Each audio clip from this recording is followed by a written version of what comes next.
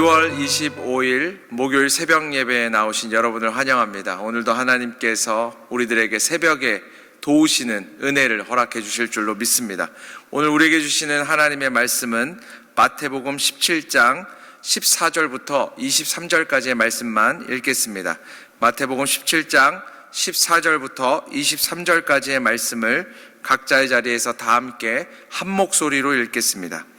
그들이 무리에게 이르매 한 사람이 예수께 와서 꿇어 엎드려 이르되 주여 내 아들을 불쌍히 여기소서. 그가 간질로 심히 고생하여 자주 불에도 넘어지며 물에도 넘어지는지라. 내가 주의 제자들에게 데리고 왔으나 능히 고치지 못하더이다. 예수께서 대답하여 이르시되 믿음이 없고 패역한 세대여, 내가 얼마나 너희와 함께 있으며 얼마나 너희에게 참으리요. 그를 이리로 데려오라 하시니라. 이에 예수께서 꾸짖으시니 귀신이 나가고 아이가 그때부터 나으니라. 이때에 제자들이 조용히 예수께 나와 이르되 우리는 어찌하여 쫓아내지 못하였나이까. 이르시되 너희 믿음이 작은 까닭이니라. 진실로 너희에게 이르노니 만일 너희에게 믿음이 겨자씨 한 알만큼만 있어도 이 산을 명하여 여기서 저기로 옮겨지라 하면 옮겨질 것이요 또 너희가 못할 것이 없으리라.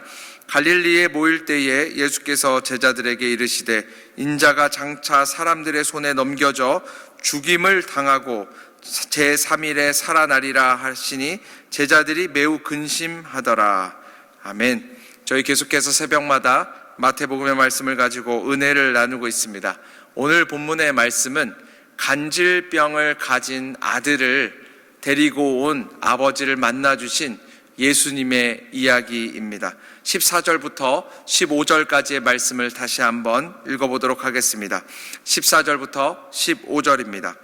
그들이 무리에게 이르매 한 사람이 예수께 와서 꿇어 엎드려 이르되 주여 내 아들을 불쌍히 여기소서. 그가 간질로 심히 고생하여 자주 불에도 넘어지며 물에도 넘어지는지라. 성경에 이렇게 이야기하고 있습니다. 예수님과요 베드로와 야고보와 요한이 변화산에서 영광스러운 예수님의 모습을 바라보신 이후에 내려왔더니 사람들이 웅성웅성하면서 막 모여 있는 거예요. 그런데 한 아버지가 아들을 데리고 예수님 앞에 달려와서 꿇어 엎드려서 간청하는 장면이 있습니다. 주님, 우리 아들을 불쌍히 여겨주십시오. 그가 간질로 인해서 너무나 큰 고통을 당하고 있다고. 그가 가끔은 물에도 갑자기 쓰러지고 불 위에도 갑자기 쓰러지는 일들이 있다고. 우리를 불쌍히 여겨달라고 이렇게 말씀하는 장면을 우리들이 목격하게 됩니다. 무엇을 이야기하는 것입니까? 예수님과요, 예수님의 수제자들이요, 영광스러운 장면들을 봤습니다. 변화산에서 아름다운 하나님의 영광을 보게 되었습니다. 그렇지만 그들의 사명은 이 땅 가운데 있다는 거예요. 이 땅에는 또 다른 시련과 고난과 풍파가 있다고 이야기하고 있는 거예요. 우리가 영광스러운 하나님 앞에서만 서야 되는 것이 아니라 거기로부터 우리가 확증을 받고 믿음을 받고 간증을 받은 다음에는 이 땅에 내려와서 하나님께서 맡기신 사명을 감당해야만 한다고 성경은 이야기하고 있는 것입니다. 우리가 잘 아는 찬양이 있습니다. 찬송가 442장인데요. 저 장미꽃 위에 있을 3절의 내용을 제가 한번 읽어드리겠습니다. 밤 깊도록 동산 안에 주와 함께 있으려 하나 괴로운 세상에 할 일 많아서 날 가라 명하신다. 이렇게 성경은 찬양은 이야기하고 있습니다. 우리들을요 하나님께서요 이 괴로운 세상에 할 일이 많아서 보내신다는 거예요. 이 베드로와 야고보와 요한이요 내려와 보니까 어떻습니까? 예수님이 이 땅으로 내려와 보시니까 어떻습니까? 산 위에서 산 아래로 내려와 보니까 어때요? 너무나 고통당하고 있는 양들이 있잖아요. 너무나 힘들어하고 있는 양들이 있잖아요. 급하게 달려와서 주님 앞에 무릎을 꿇고 엎드리는 주님께서 고쳐주셔야만 하는, 손대어 주셔야만 하는 양들이 있잖아요.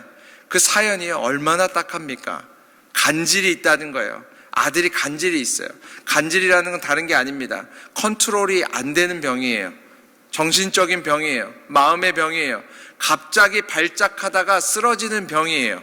아들이 그러는 거예요. 근데 가끔은 물에도 막 빠지게 되고 가끔은 불에도 넘어지게 됩니다.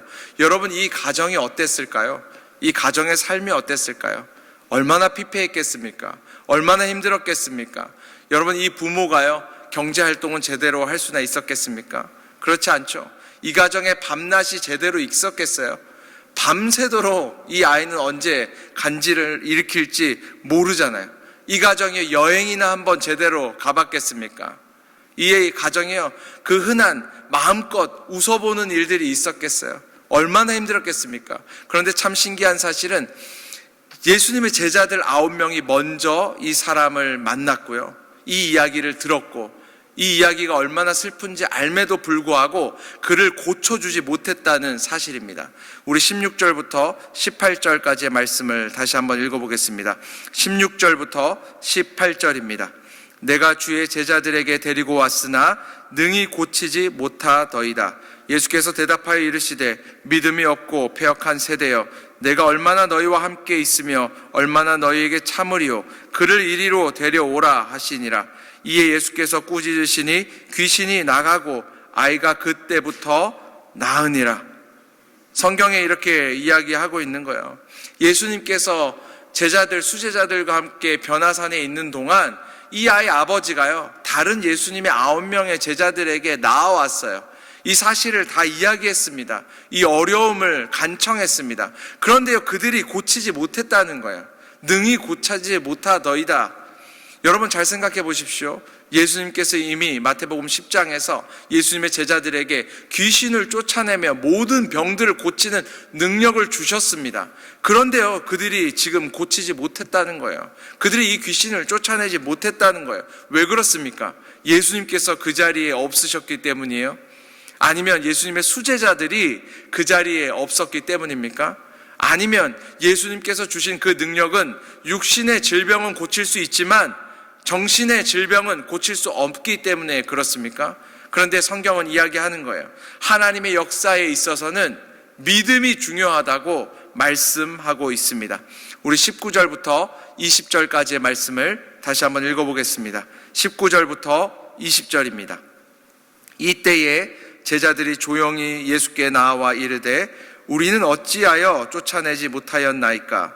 이르시되 너희 믿음이 작은 까닭이니라. 진실로 너희에게 이르노니 만일 너희에게 믿음이 겨자씨 한 알만큼만 있어도 이 산을 명하여 여기서 저기로 옮겨지라 하면 옮겨질 것이요 또 너희가 못할 것이 없으리라. 예수님의 제자들이요, 너무나 부끄러웠어요. 그리고 이해가 잘 되지 않는 거예요. 본인들은 쫓아낼 수 없었던 그 귀신의 역사, 고칠 수 없었던 이 간질병의 역사가요, 예수님께서 가셔서 꾸짖으시니까 금방 해결이 되는 거예요. 그래서 조용히 제자들이 예수님 앞에 나아가서 질문했다는 거예요. 여러분, 그들이요, 정말 부끄러웠던 사실은 무엇이냐면 9명이나 되는 사람이 지금 1명을 고칠 수 없었기 때문에 참 부끄러웠고요. 이해가 되지 않았던 것은 무엇이냐면 본인들이 지금까지 수많은 질병을 고쳤고 귀신들을 쫓아냈는데 지금은 본인들이 쫓아낼 수 없었다는 것이 잘 이해가 되지 않았어요. 그래서 예수님께 가서 여쭈어 보게 된 거예요. 그런데 이 사건을 통해서 우리가 분명히 알 수 있는 것이 있습니다. 무엇이냐면 하나님의 역사는 숫자가 중요하지 않다는 사실입니다. 집을 짓는다고 하면요, 사람이 많으면 많을수록 좋습니다. 어디에서 전쟁을 한다고 하잖아요. 사람이 많으면 많을수록 좋습니다. 작은 일을 해도요, 배짓장도 맞들면 낫다고 이야기하잖아요. 사람이 많으면요, 무슨 일을 할 때 유리하죠. 그런데 하나님의 역사는요, 사람의 많고 적음이 중요하지 않다고 성경은 이야기하고 있는 거예요. 지금 12명의 제자들 중에 9명이나 이 자리에 있었는데 이 일을 할 수가 없어요. 그런데 예수님께서는 항상 이야기하잖아요. 2-3 사람이 모인 곳에 나도 그들과 함께 한다. 사랑하는 여러분, 많은 사람의 숫자가 중요한 것이 아닙니다. 그들의 믿음이 중요하다고 성경은 이야기하고 있는 거예요. 또 한 가지 우리가 알 수 있는 사실은 무엇이냐면 하나님의 역사에 있어서는 과거에 할 수 있었다고 해서 현재에도 할 수 있는 것은 아니라고 말씀하고 있는 것입니다. 이것이 참 중요합니다. 여러분, 세상에서는요, 보십시오. 과거에 할 수 있었잖아요. 현재에도 할 수 있는 것들이 참 많이 있습니다. 저도 어릴 때 초등학교 2학년 때 수영을 배웠습니다. 참 열심히 배웠는데요. 근데 지금도요, 바닷물에 들어가면 물개입니다. 물개. 안 까먹어요. 예전에 할 수 있었던 거요, 지금도 할 수 있습니다. 근데 하나님의 역사에 있어서 하나님의 말씀을 전하고 하나님의 능력이 베풀어지고 전도하게 되어지고 귀신을 쫓아내고 병을 고치는 역사에 있어서는요, 과거에 할 수 있었다고 해서 지금 할 수 있는 것이 아닙니다. 왜 그렇습니까? 그 역사의 능력은 사람에게서부터 나오는 것이 아니라 하나님께로부터 나오는 것이기 때문입니다. 과거에 그들이 어떻게 귀신을 쫓아낼 수 있었습니까?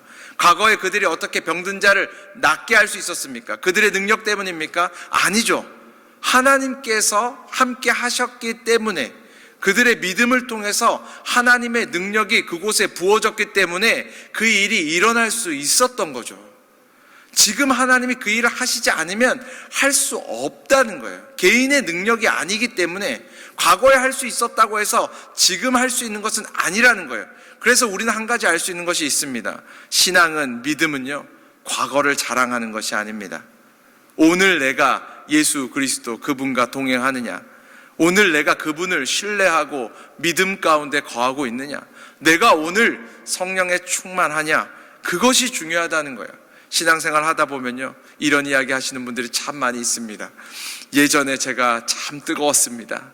예전에 제가 성경을 참 많이 읽었습니다. 예전에 제가 전도를 참 많이 했습니다.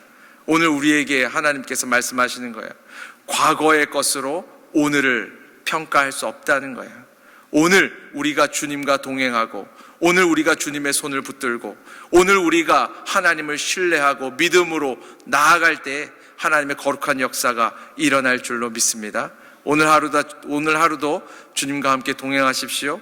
오늘 하루도 믿음으로 하나님의 능력이 우리의 삶 가운데 부어지는 놀라운 역사가 있게 되기를 주님의 이름으로 축복합니다. 제가 잠시 기도하겠습니다.